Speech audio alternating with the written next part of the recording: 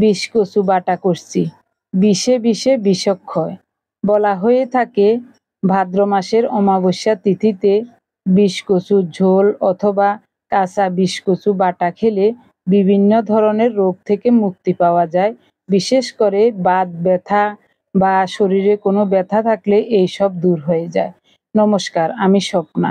দেশ এবং দেশের বাইরে যে যেখান থেকে ভিডিওটি দেখছেন, আপনাদের সবাইকে অনেক অনেক শুভেচ্ছা। স্বপ্নাস ব্লগে সবার আমন্ত্রণ। এখন সকাল 7:30 বাজে। আমি রান্না বসিয়েছি। একদিকে ভাত, আরেকদিকে আলু সিদ্ধ বসিয়েছি। আলু সিদ্ধ করে খোসা ছাড়িয়ে এটা দিয়ে আলুর ডাল রান্না করব। অনেক দিন পর্যন্ত ভাবছি আলুর ডাল রান্না করব, সুযোগে পাই না। আজ সুযোগ পেয়ে আলুর ডাল রান্না করছি।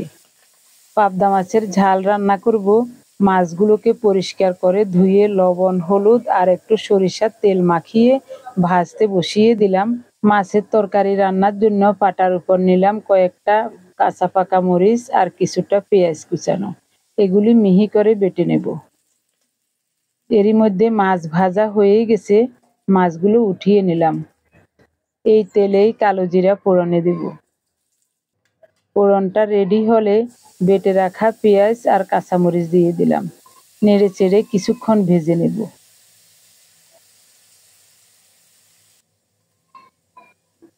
হাফ চা চামচ হলুদ গুঁড়ো, স্বাদ মতো লবণ দিয়েছি। অনেকক্ষণ পর্যন্ত নেড়ে চেড়ে ভালোভাবে মশলাটা কষিয়ে নিয়েছি। এখন বরবটি দিয়ে দিলাম।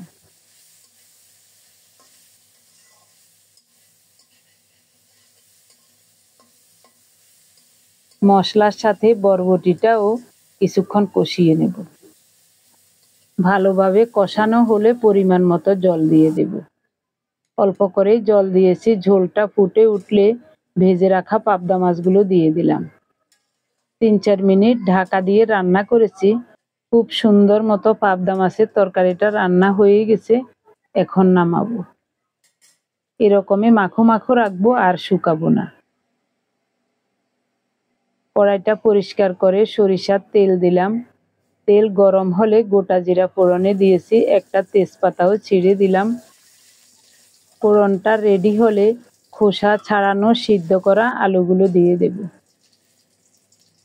আলুগুলো এখন গোটাই থাকবে। কিছুক্ষণ নেড়েচেড়ে কষিয়ে নেব। আলুগুলো ভেঙে দিলে ভালোভাবে কষানো হবে না। স্বাদ মতো লবণ দিয়েছি। চুলার তাপটা একটু বাড়িয়ে দিয়ে নেড়েচেড়ে অনেকক্ষণ পর্যন্ত কষিয়ে নিয়েছি। আলুগুলো খুব সুন্দর মতো লালচে হয়ে ভাজা হয়ে গেছে। হাফ চা চামচ হলুদ গুঁড়ো, 1 চা চামচ গুঁড়ো মরিচ দিয়েছি।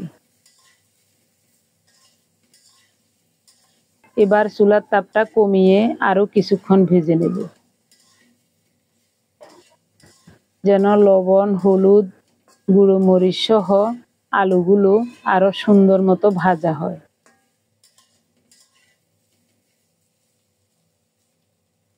দারুণভাবে ভাজা হয়ে গেছে। এখন একটা স্টিলের গ্লাস দিয়ে চেপে চেপে আলুগুলো কিছুটা ভেঙে দেব। একেবারে মিহি করব না।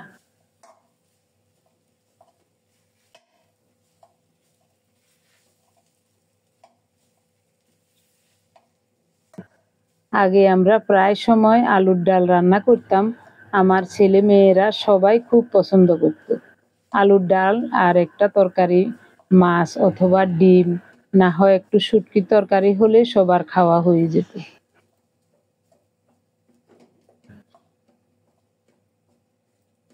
তেমন কোনো মশলা দেব না, শুধু নামানোর আগে ভাজা জিরার গুঁড়ো দেব।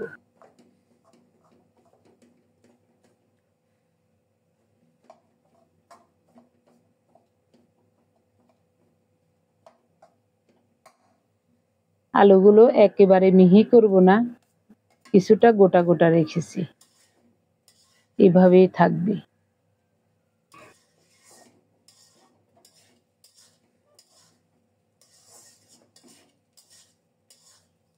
আবারও অল্প কিছুক্ষণ ভেজে নেব।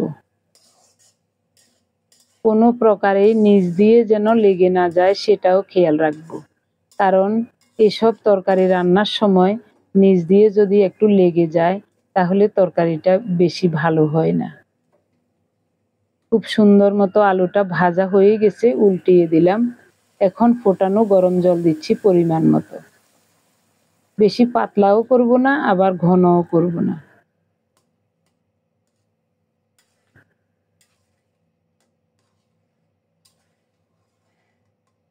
এ ধরনের তরকারি রান্না করতে সময়ও বেশি লাগে না, কারণ আলু আগেই সিদ্ধ করা থাকে, তাই বেশি সময় লাগবে না। শুকনো কড়াইতে কিছুটা জিরা ভেজে নিচ্ছি। এতগুলো দেব না, অর্ধেকের মতো বেটে দেব, আর অর্ধেক রেখে দেব, কচু বাটা করব।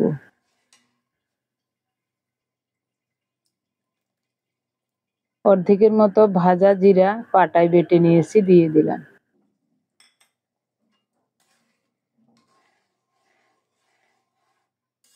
জিরাটাকে নেড়ে চেড়ে ভালো করে মিশিয়ে দিচ্ছি।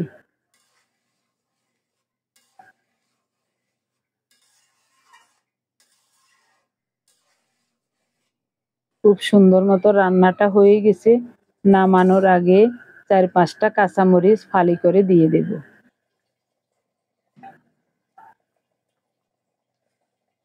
মরিচগুলো একটু কাঁচা কাঁচা থাকবে, এই অবস্থায় চুলাটা অফ করে দেব। মরিচগুলো বেশি সিদ্ধ হয়ে গেলে ভালো লাগবে না, একটু কাঁচা কাঁচা থাকলে গ্রানও লাগবে ভালো, ভাতের সাথে মেখে খেতে খুব ভালো লাগবে। রান্না শেষ, এখন বিশ কচু বাটা করব। এইটুকু বিশ কচু ওই দিন রেখে দিয়েছিলাম, ভাদ্র মাসের অমাবস্যার দিন আমরা কচুর ঝোল রান্না করেছিলাম, তো ওখান থেকে এইটুকু কচু রেখে দিয়েছি। এই কচুটা দিয়েই আজ বাটা করব। কোনো আগুনের তাপ ছাড়াই কচু বাটা করব। তবে এই বিষ কচু মারাত্মক বিষ। বিষ মানে কাঁচা কচু হাতে লাগলে বা কোনো জায়গায়, গায়ের কোনো জায়গায় লাগলে মনে হয় যেন অনেকগুলো সুই শরীরের মধ্যে গেঁথে আছে, এরকম একটা যন্ত্রণা অনুভব হয়। এই মারাত্মক কচুটা আজ আমি কাঁচাই বেটে ভর্তা করে নেব। দেখতে থাকুন কিভাবে আমি কচু ভর্তা করি। কচুর উপরে একটা সাদা লেয়ার থাকে, ওই লেয়ারটা মোটা মোটা করে ফেলে দিতে হবে। ওটার যেন কোনো অংশ, কোনো জায়গায় একটুও লেগে না থাকে, ওই জিনিসটা ফেলে দিতে হবে। খুব সুন্দর মতো কচুর উপরের খোসাটা ফেলে দিয়েছি, একেবারে প্রেস করে নিয়েছি। এবার পরিষ্কার করে ধুয়ে নেব। হাতে গ্লাভস লাগানোতে একটু সুবিধা হয়েছে। আমার মা, শাশুড়ি মা এনাদেরকে দেখেছি খালি হাতে এই বিষ কচু কাটতেন। তো আমিও যখন গ্লাভস থাকে না, তখন খালি হাতেই বিষ কচুটা কেটে নেই। একটু জ্বালা যন্ত্রণা হয়, সারাদিন হয়তোবা হাতটা একটু টনটন হয়ে থাকে, মনে হয় যেন সুই, অনেকগুলো সুই হাতের ভিতর বিন্ধে আছে, এরকম মনে হয়। পরে আস্তে আস্তে ওটা ঠিক হয়ে যায়। পরিষ্কার করে কচুটা ধুয়ে একটা গ্রেটার দিয়ে এরকম গ্রেট করে নিচ্ছি।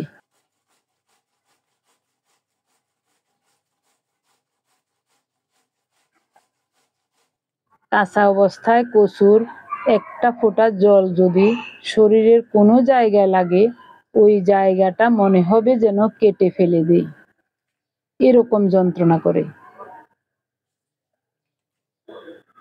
গ্রেট করে নিয়ে কচুটাকে চিপে চিপে উঠিয়ে নিচ্ছি, জলটা ফেলে দেব।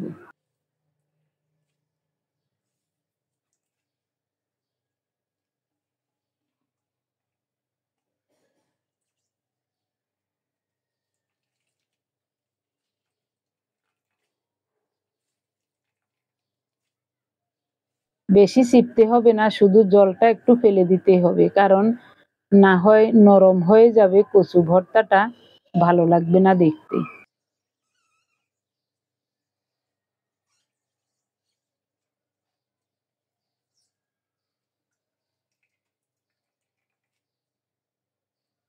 সবগুলো নিয়ে নিলাম। দুধের মতো এই জলটা এখন ফেলে দেব। হাতটা ধুয়ে গ্লাভস খুলে নেব। মশলাগুলো আগেই রেডি করে নিয়েছি, রসুন, গোলমরিচ, দারুচিনি, এলাচ, শুকনো মরিচ, জিরা এবং আদা পরিমাণ মতো সব নিয়েছি। সব রেডি করে নিলাম। এখন নারিকেলটা ভেঙে কুড়িয়ে নেব। নারিকেলটাতে চারা হয়ে গেছে। চারা উঠানো নারিকেলটা এনেছিলেন কোল্ড প্রেস কোকোনাট অয়েল তৈরি করার জন্য। তো এখন কচু বাটা করব, এখানে নারিকেল লাগবে, পুরো নারিকেলটাই লাগবে। তাই কোল্ড প্রেস কোকোনাট অয়েল তৈরি করব না, এটা কচু বাটাতেই দিয়ে দেব।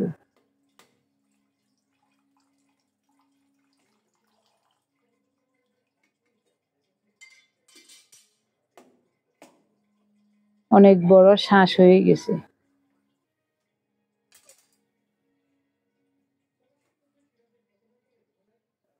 শাঁসটা উঠিয়ে নিলাম। 4 ভাগ করে নিচ্ছি, আমরা 4 জন 4 পিস খেয়ে নেব।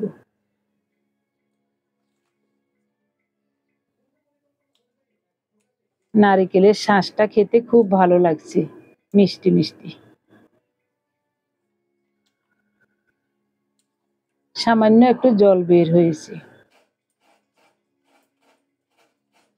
পুরো নারিকেলটা কুড়িয়ে নেব। এরপরেই কচু বাটা আরম্ভ করব। প্রথমেই বিষ কচুটাকে 2-3 বার করে বেটে একটু মিহি করে নেব। তারপর মশলাপাতি সব মেশাবো।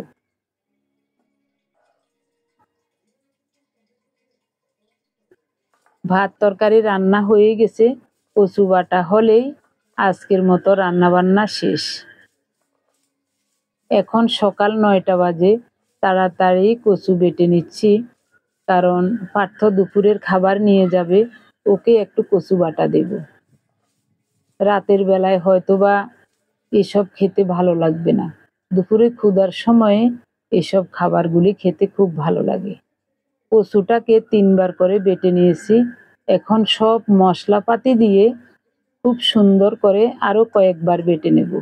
কমপক্ষে 6-7 বার কচুটাকে ঘুরিয়ে ঘুরিয়ে বেটে নেব। স্বাদ মতো লবণ দিলাম। প্লেটের উপর যা মশলাপাতি নিয়েছি সব দিয়ে দিলাম। 2টা দেশি রসুন খোসা ছাড়িয়ে ধুয়ে নিয়েছি। 3-4টা শুকনো মরিচ দিয়েছি, শুকনো মরিচগুলোতে ঝাল কম। আর গোলমরিচ দিয়েছি। কচু বাটা একটু মিষ্টি মিষ্টি স্বাদের হবে, বেশি ঝাল হলে ভালো লাগবে না, কারণ এখানে বেশি পরিমাণে নারিকেল দেব।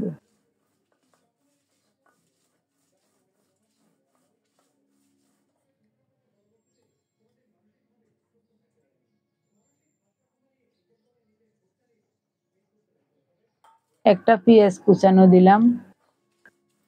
ছোটবেলা থেকে দেখেছি ভাদ্র মাসের অমাবস্যার আগে আমার মা কচু উঠিয়ে রাখতেন। নিজেদেরই কচু ছিল, 2-3 দিন আগে উঠিয়ে রাখতেন, এই কারণে কচুর রসটা যেন একটু শুকিয়ে যায়। তখন তো সব কিছু পাটায় বাটতে হতো, এখনকার মতো এইসব আধুনিক যন্ত্রপাতি কিছুই ছিল না। তো একটু শুকিয়ে গেলে বাটার সময় জল কম বের হবে তার জন্য। তারপরও কচু বাটার সময় জল বের হয়ে যেত। মশলা সহ এভাবে 4-5 বার করে ঘুরিয়ে ঘুরিয়ে কচুটাকে বেটে নিয়েছি।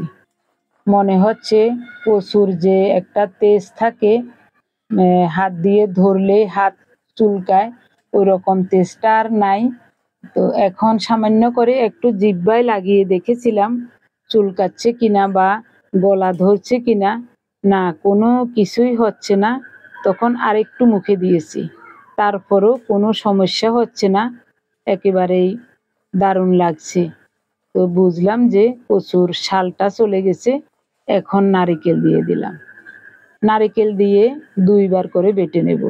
একবার নারিকেলটা শুধু বেটে নিয়েছি, তারপর কচুর সাথে মিশিয়ে শেষবারের মতো বেটে নিচ্ছি। এই বাটা হলেই উঠিয়ে নেব। অল্প একটু নারিকেল রেখে দিয়েছিলাম, পরে ওটাও দিয়ে দিলাম। নারিকেল বেশি করে দিলে মিষ্টি মিষ্টি স্বাদ লাগে, আর কচু বাটায় বরকতও হয়, খেতেও খুব ভালো লাগে। কচু বাটতে বাটতে নিজেই অবাক হয়ে গেলাম, কিছুক্ষণ আগে যে কচুটা খালি হাতে ধরা যাচ্ছে না, সেই কচুটা এখন আমি জিহ্বায় লাগালাম, একটু খেয়ে দেখলাম কোনো প্রকারেই গলা ধরছে না বা কোনো সমস্যা হচ্ছে না। এটাই আমার কাছে অবাক লাগছে। আমার বাবা বলতেন, এই বিষ কচুর মধ্যে যে একটা শাল আছে বা ধরলেই হাতে সুইয়ের মতো বিন্ধে, ওই জিনিসটা দুইটা পাথরের ঘষাঘষিতে নষ্ট হয়ে যায়। তার জন্যই এই বিষাক্ত কচুটা খাওয়া যায় কাঁচা, না হয় এটা কোনো প্রকারেই সম্ভব হতো না।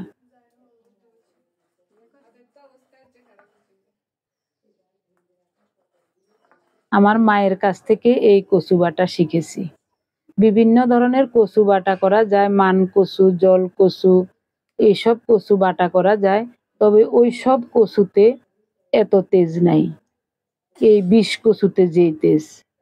বিষ কচু যারা চিনেন তারাই বুঝতে পারবেন এই কচুটা কত মারাত্মক। তবে এই কচুটা স্বাস্থ্যের জন্য খুবই ভালো। রান্না করাটা খুবই কঠিন একটা কাজ, এই কারণেই অনেকে করতে চায় না। তবে আমাদের ওদিকে ভাদ্র মাসের অমাবস্যায় অল্প হলেও সবাই এই কচু রান্না করে খাবে অমাবস্যা তিথিতে।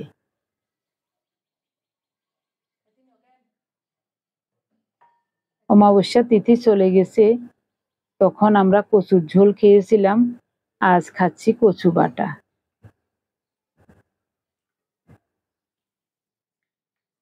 কচু বাটার সময় ঋতুকেও সামান্য একটু স্বাদ দেখিয়েছিলাম। ও বলছে, পিসিমা আমার কাছে কি আশ্চর্য লাগছে, যে কচুটা কাঁচা ধরলে হাত সুইয়ের মতো বিন্ধে, সেই কচুটা কাঁচা খেয়ে ফেলছি। আশ্চর্য ব্যাপার। মাছের তরকারি দিয়ে লাইতাম নি কোনো কিনে দি দিয়ে দি।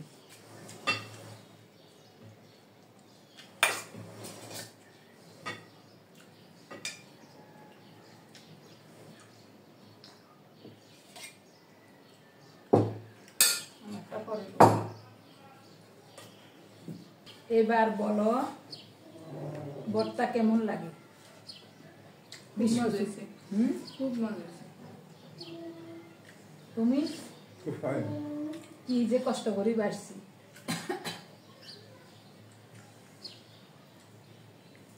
যে বিষ কচু হাতে লাগলে সাথে সাথে হাতের অবস্থা খারাপ হয়ে যায়, ওই বিষ কচু একেবারে কাঁচা বেটে ভর্তা।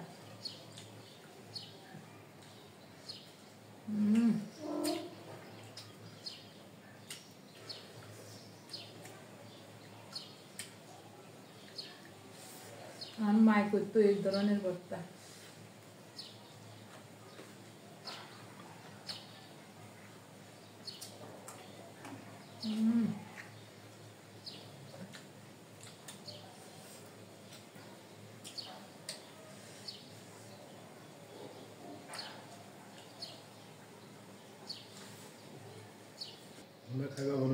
কচু ভর্তা এনে ইয়া হয়, মিষ্টি মিষ্টি হয়, তো বেশি ঝাল হয় না।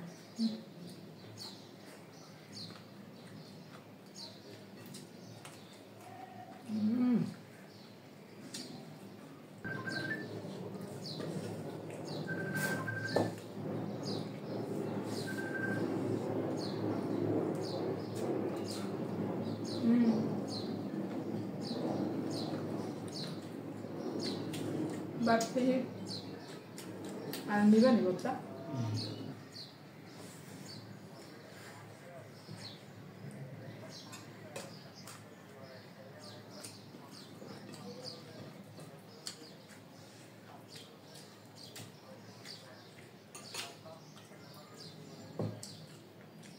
চার নম্বর পেজের জন্য শুধু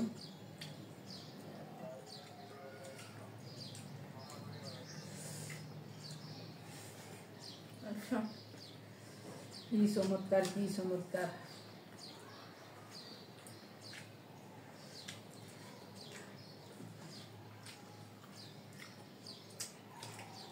কম সুতরাং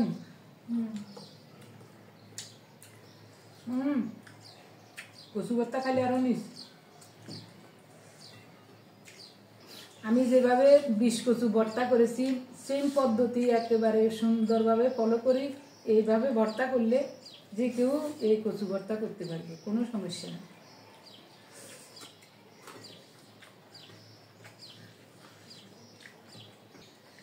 এই কচু ভর্তার জন্য পুরো একটা বছর অপেক্ষা করি।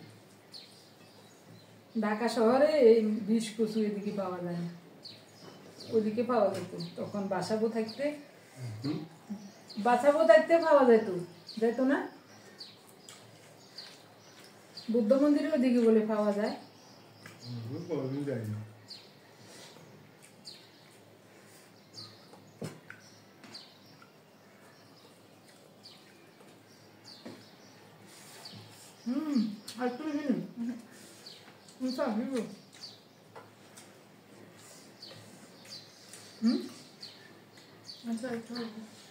পরে দিনই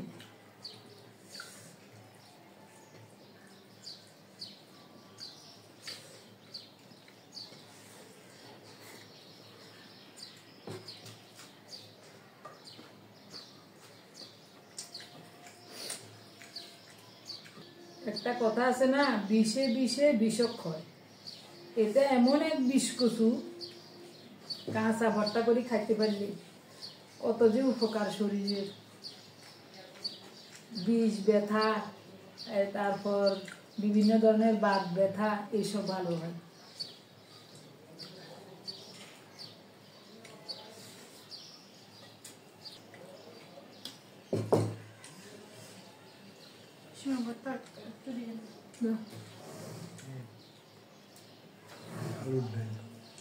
কিসে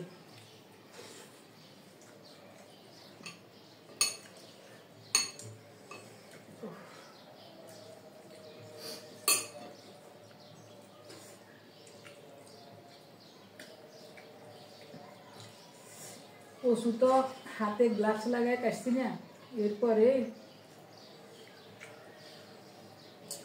বটিতে একটু ইয়া লাগিয়েছে। বটিতে কি কাটুন, হাতের গ্লাভস খুলি বটিটা শুধু হাত দিয়ে ডলি ধুলেছি। এই হাতের তাইলা এটা পুরো মরিয়া গেছে। আবার এই কতক্ষণের মধ্যে মনে হয় 10 মিনিটও লাগে না। 3-4 বাটা দিছি না, ওই মশলা টসলা সব দিই, কষু 3-4 বাটা দিই। যখন একটু মুখে দিছি একটু ছাই কোনো ধরে টরে নি গলায়, অল্প একটু জিব্বাতে লাগাইছি, এখন কোনো সমস্যা নেই। পরে আর একটু ভালো করে খাইছেছি, কোনো সমস্যা নেই। তারপরে এবার নারিকেল মিশেছি। পার্থ ছোট থাকতে অসুস্থ আসিল আর একবার আমি ঢাকা আসছিলাম, মনে রুমার এখন বাসায় বাড়িতে আসছিল, আর মা আসছিল আমার বাড়িতে। বাজার করবার মানুষ নাই, টাকা পয়সাও নাই মার কাছে। তখন তো ওই মোবাইল টোবাইলে জমানা আসিল না। তো রান্না করতে গিয়া ঘরের পিছনে আলু গাছ আসিল, আলু পাতা আনি আলুর শাক রাঁধতো। আবার ঘরে আলু আসিল, এমনি আলুর ডাল রাঁধতো, আলু পাতা দি শুটকি দিয়ে রাঁধতো। এরকম করি আমার মা কতদিন চালাইছে। আমি এগুলোর কাছে ভালো লাগতো, আমার মনে এমনও পড়ে, তো মা গো দিদা দিয়ে আলুর ডাল রাঁধছে, কত স্বাদ লাগতো খাইতে।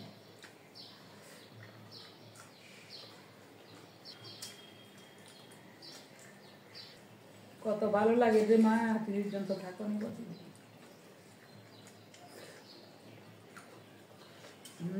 কি স্বাদ হচ্ছে গো। কিচ্ছু দিই না, শুধু ওই ভাজা জিরার গুঁড়া দিছি নামাইবার আগে।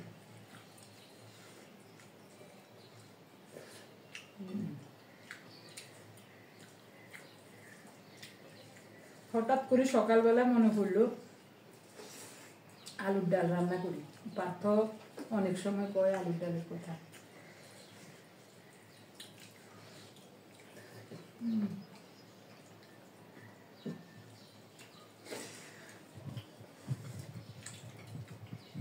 মাছ কেমন হয়েছে? মাছ সব কিছু মজা হয়েছে। ওদের খাওয়া হয়ে গেছে, আমি রয়ে গেলাম। আমার কাছে আজ ভাত খেতে যে এত ভালো লেগেছে আপনাদেরকে বলে বোঝাতে পারবো না। আমি শুধু 1 প্লেট ভাত খেয়েছি কচু বাটা দিয়ে। আলুর ডালটাও খুবই চমৎকার হয়েছে। সব মিলিয়ে খাওয়াটা অনেক ভালো লেগেছে। খাওয়া দাওয়া শেষে থালা বাসনগুলো ধুয়ে নেব। এখন টেবিলটা মুছে নিচ্ছি।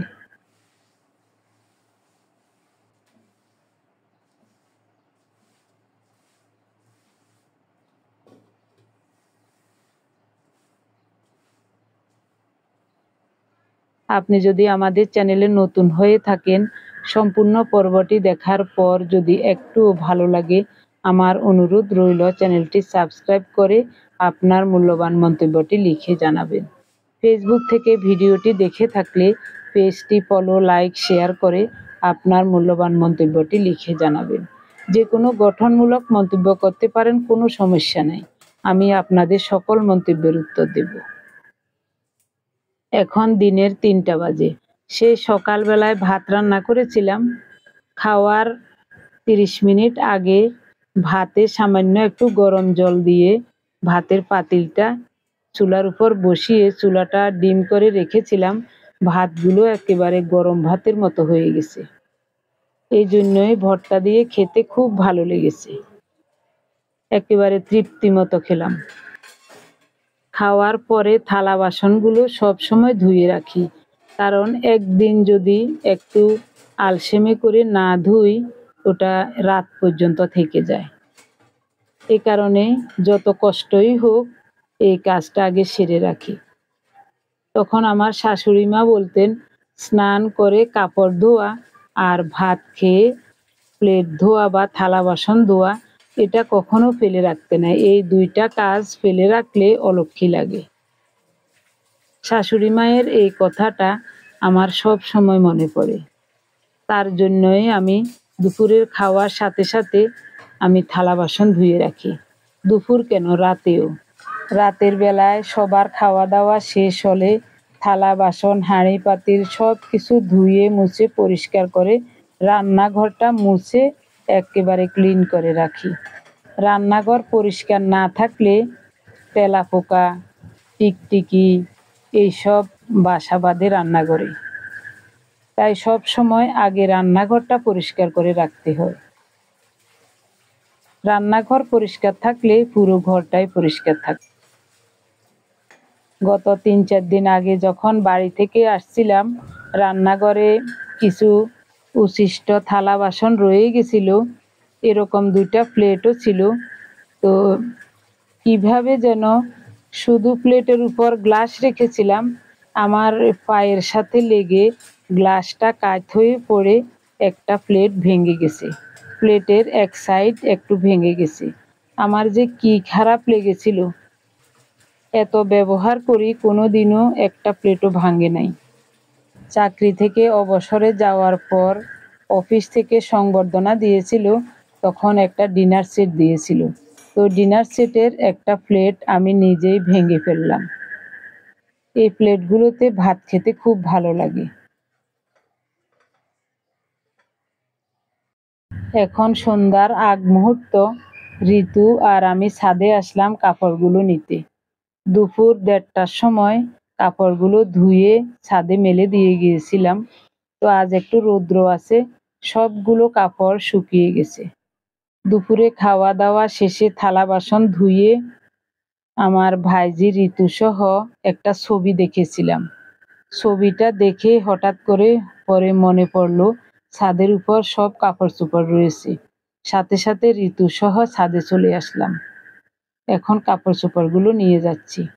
আমার প্রিয় ভাই বোন, বন্ধু স্বজন, আপনারা যারা প্রতিনিয়ত ভালোবেসে আমাদের ভিডিওগুলি দেখে যাচ্ছেন এবং ভিডিও দেখে সুন্দর ও গঠনমূলক কমেন্টস করে আমাকে কাজ করার শক্তি এবং সাহস জুগিয়ে যাচ্ছেন, আমি আপনাদের সবার নাম খাতায় লিখে নিয়েছি। গত 24 ঘন্টায় ভিডিও দেখে প্রথমেই কমেন্টস করেছিলেন রিয়াশিল মেহেরপুর থেকে, সুনন্দা ব্যানার্জি, শিবানী ভৌমিক ময়মনসিংহ থেকে, কুন্দন সাহা কলকাতা, যাদবপুর থেকে শাহিদা নাসরিন, মানসী দেবনাথ, পরাধীন মিডিয়া, কাকন রয়, কাবেরী ভৌমিক ময়মনসিংহ থেকে, সুধীর মজুমদার শিউলি দত্ত কোচবিহার থেকে, দেবাশিস পাল শিলচর আসাম থেকে, সুমন্তরা সেনাপতি, নূর নাহার, অনিমা বোস রাঁচি থেকে, আসমা বেগম কানাডা থেকে, ভাগুলা কিচেন, রানু বেগম ইতালি থেকে, রুমা সেন গুপ্ত কলকাতা থেকে, মল্লিকা ঘোষ শিলিগুড়ি থেকে, বিভা সেন গুয়াহাটি আসাম থেকে, এন ঘোষ কলকাতা থেকে, মলি দাস কানাডা থেকে, তারা প্রসন্ন মুখার্জি, সুদীপ্ত বিশ্বাস, অনিমা দাস, বনানী ব্যানার্জি মুর্শিদাবাদ থেকে, লাইলি সিলেট থেকে, মাস্টার আলমগীর। আপনাদের সবাইকে জানাই অজস্র অজস্র ধন্যবাদ, অভিনন্দন এবং কৃতজ্ঞতা। আপনারা সবাই খুব সুন্দর এবং গঠনমূলক কমেন্টস করে আমাকে ধন্য করেছেন। এভাবে সবাই আমাদের সাথে থেকে স্বপ্নাস ব্লগ চ্যানেলটি এগিয়ে নিয়ে যাবেন আশা করছি। আমার ভাইজি ঋতু বলছে, পিসিমা ছাদে আসলে কি ভালো লাগে চারিদিকে তাকাতে। বিকাল বেলায় অনেকেই ছাদে একটু হাঁটতে বের হয়েছে বা একটু হাওয়া বাতাস খাবে, চারিদিকে একটু দেখবে, অনেকেই বের হয়ে আসছেন। কয়েকদিন বৃষ্টি হলে কাপড় চোপড় এইসব মশারিতে একটু গন্ধ হয়ে যায়, এগুলি আবার না ধুলে ভালো লাগে না।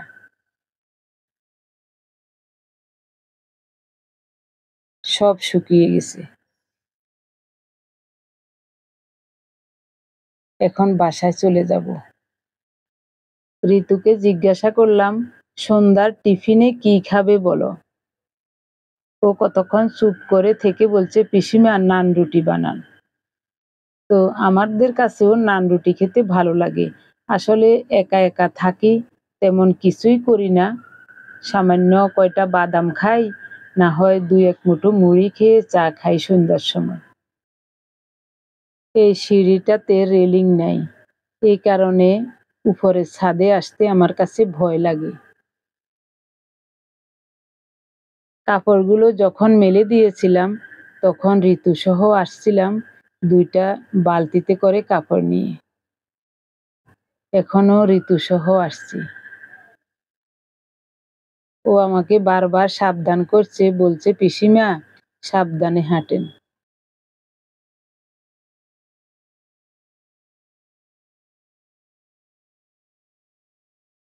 বিপদের রাস্তা পার হয়ে আসলাম।